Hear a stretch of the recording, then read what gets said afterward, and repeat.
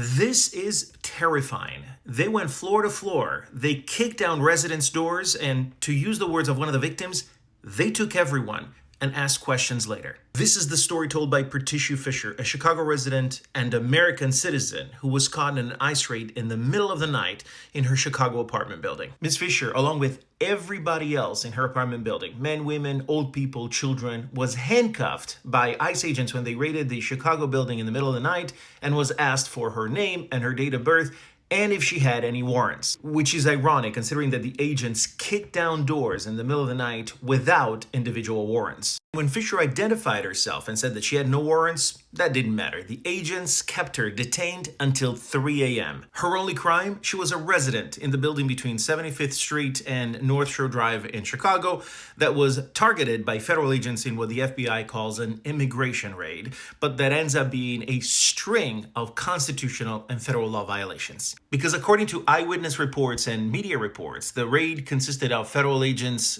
going floor to floor and door to door, kicking down residents' doors using flashbang grenades and taking everybody out in handcuffs. This is how immigration enforcement is escalating in the United States. There isn't a single constitutional scenario where a federal law enforcement officer should be allowed to indiscriminately kick down doors and take out residents, women and children, and handcuff them until 3 a.m.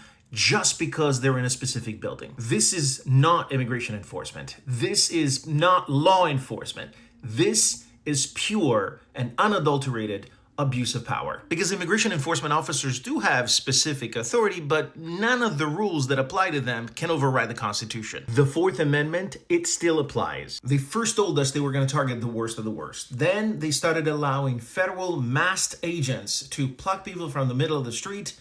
Now they're going to your residence and kicking down your door and taking you out in handcuffs. If you haven't connected the dots yet, this is happening by design. And the most terrifying thing of all is that at this stage, it's only a test.